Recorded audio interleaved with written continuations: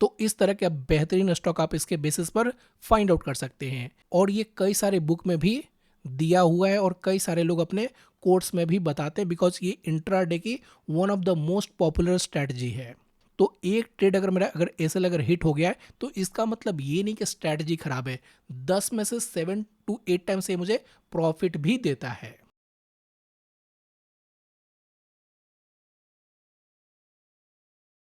Hi everyone. तो इस video में हम लोग एक स्कैनर को क्रिएट करने जा रहे हैं और ये होगा चार्टिंग का पार्ट 3। पार्ट 1 पार्ट 2 मैंने ऑलरेडी अपलोड कर दिया है और आज के दिन हम लोग सीखेंगे, जैसे कि अगर आपने पार्ट 1 और पार्ट 2 देखा होगा तो हमने पार्ट 1 में सब फिल्टर ग्रुप और नंबर्स के बारे में डिस्कस किया था।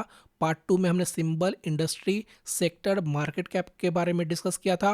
और आज हम लोग डिस्कस करेंगे ओपन इक्वल टू हाई के बारे में। तो open equal to high itself में एक स्ट्रैटेजी है, तो बहुत ही सिंपल है लेकिन स्टिल बहुत ही ज़्यादा पावरफुल है। तो आज के डेट में अभी भी जितने भी मैं एक वीक में ट्रेड प्रोवाइड करता हूँ उसमें से अगर मार्केट अगर नीचे जाता है तो ऑलमोस्ट 20 to 30% पार्टिसिपेशन इसका ही होता है। इवन आज भी मैंने इस स्ट्रेटजी पर स्टॉक दिए थे। तो सबसे पहले आपको ये समझना होगा कि हमें कौन से स्टॉक चाहिए। तो यहाँ पर मैं क्या करता हूँ, मैं फ्यूचर में ट्रेड करता हूँ, बिकॉज यहाँ पर कोई भी लोअर सर्किट अपर सर्किट नहीं होता है और वॉल्यूम भी काफ़ी बेहतरीन होता है। तो मान लो सुबह में 9:15 में जब मार्केट ओपन होता है और मैं चेक करने जाता हूँ ओपन इक्वल टू हाई, और अगर मेरे पास कोई स्कैनर नहीं है तो total number of stock I have, let me run this one, 210। तो 1 बाय 1 अगर ओपन करने जाऊंगा तो उतने देर में क्या होगा, स्टॉक ऑलरेडी मूव कर जाएगा। तो इसको सॉल्व करने के लिए हम लोग क्या करते हैं, स्कैनर को क्रिएट करते हैं। तो आपको पता होना चाहिए कि स्कैनर को कब क्रिएट करना है और कौन से कंडीशन उसमें लगाने हैं और किस तरह के आपको स्टॉक चाहिए। ओपन इक्वल टू हाई, इसका मतलब ये होता है सिंपल वर्ड में, तो ओपन इक्वल टू हाई तो इसको हम लोग कब इस्तेमाल करते हैं, जब मार्केट वीक हो। सिंपली इसको हम लोग सेल के लिए इस्तेमाल करते हैं। तो जिस दिन मार्केट ऊपर जाता रहेगा उस दिन हम लोग इसको इस्तेमाल नहीं करेंगे, बिकॉज उस दिन क्या होगा, हमारी विनिंग प्रोबेबिलिटी काफ़ी ज़्यादा कम हो जाएगी। इसलिए मैं आपको कहता हूं कि आप जो भी स्ट्रेटजी इस्तेमाल करते हो कम से कम पता रखो कि कौन से दिन उसको इस्तेमाल करना है। ऐसा नहीं है कि मार्केट ऊपर जा रहा है और आप नीचे वाले स्टॉक में ट्रेड कर रहे हो, तो उससे क्या होगा, आपकी विनिंग प्रोबेबिलिटी काफ़ी ज़्यादा कम हो जाएगी। तो आइए इसका कोड लिखते हैं। ओपन, बहुत ही सिंपल सा है, इक्वल्स हाई। और ये कई सारे बुक में भी दिया हुआ है और कई सारे लोग अपने कोर्स में भी बताते हैं, बिकॉज ये इंट्राडे की one of the most popular strategy है। एंड इसके बाद मैंने रन बटन पर क्लिक कर दिया और मेरे पास आए हैं टोटल 19 स्टॉक। अब आइए इसको 1 बाय 1 ओपन करते हैं और ये भी सीखेंगे कि किस तरह से इसको ट्रेड करना है। तो पहला है मेरे पास पॉलीकैब का कंट्रोल सी और कंट्रोल वी। तो यह धन का प्लेटफॉर्म जो कि ट्रेडिंग व्यू का चार्ट इस्तेमाल करता है। और यहाँ पर जो टाइम फ्रेम मैं इस्तेमाल कर रहा हूँ दैट इज़ 5 मिनट।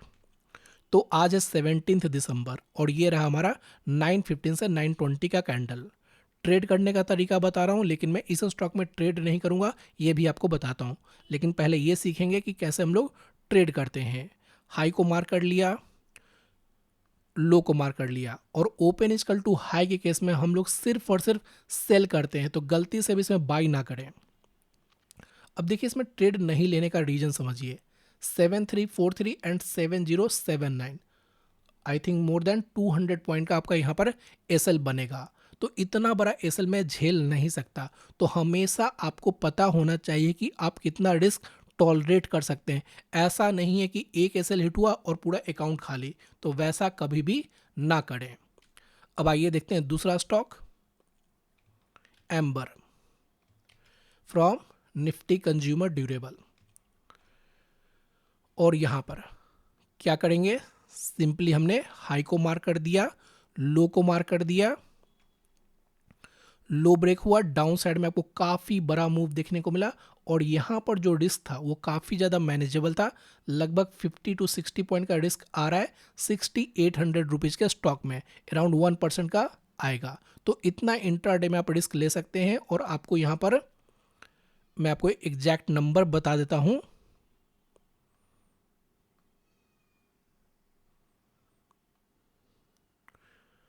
1:1 ऑलमोस्ट 4 का रिस्क रिवॉर्ड देखने को मिलता है। तो इस तरह के बेहतरीन स्टॉक आप इसके बेसिस पर फाइंड आउट कर सकते हैं। आइए कुछ और बैक टेस्ट कर लेते हैं डिक्सन। और अगर आपके पास अगर एक्स्ट्रा नॉलेज है, दैट इज एम्बर और जो डिक्सन है ये दोनों एक ही सेक्टर के हैं, that is Nifty consumer durable.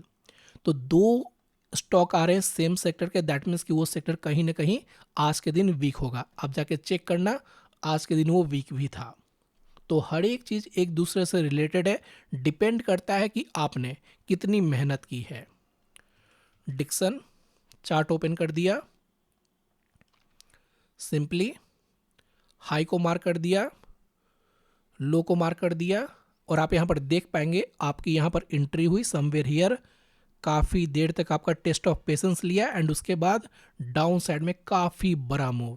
तो इस तरह के बड़े मूव आप कैप्चर कर सकते हैं एक सिंपल सी स्ट्रैटेजी से। लेकिन आपको ये भी पता होना चाहिए कि आज मार्केट भी वीक था। तो इसको हम लोग तभी इस्तेमाल करते हैं जब मार्केट वीक होता है। और एक ट्रेड मैंने, क्योंकि मैं सेबी रजिस्टर्ड हूं तो मैं ट्रेड प्रोवाइड कर सकता हूं, दैट इज अपोलो हॉस्पिटल, जो कि आज के दिन मेरा स्टॉप लॉस हिट हो गया था। एक बार इसको भी टेस्ट कर लेते हैं। हाई को मार्क कर दिया, लो को मार्क कर दिया, तो लगभग आपके पास 50 to 60 पॉइंट का रिस्क आ रहा है और यहाँ पर भी आपको काफ़ी बड़ा प्रॉफिट देखने को मिलता है। तो मैंने जो ट्रेड लिया था समवेयर यहाँ पर, और ये कैंडल मेरा एसएल हिट कर गया था।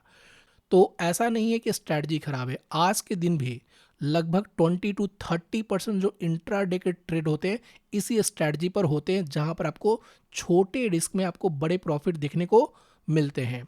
तो एक ट्रेड अगर मेरा अगर एसएल अगर हिट हो गया है तो इसका मतलब ये नहीं कि स्ट्रैटेजी खराब है, 10 में से 7 to 8 टाइम से मुझे प्रॉफिट भी देता है। तो बाकी आप बैक टेस्ट कर लेना। आपको क्या करना है, प्रीवियस 6 मंथ का बैक टेस्ट करना है एंड नेक्स्ट 3 मंथ का फॉरवर्ड टेस्ट करना है। कोशिश करिएगा आप इसको तभी टेस्ट करें जब मार्केट नीचे जा रहा होगा, यही सबसे इंपॉर्टेंट है। अगर मार्केट अगर ऊपर जा रहा है तो इसको टच भी ना करें। और ये जो स्कैनर होगा मैं इसे टेलीग्राम चैनल में शेयर कर दूंगा। Thanks for watching.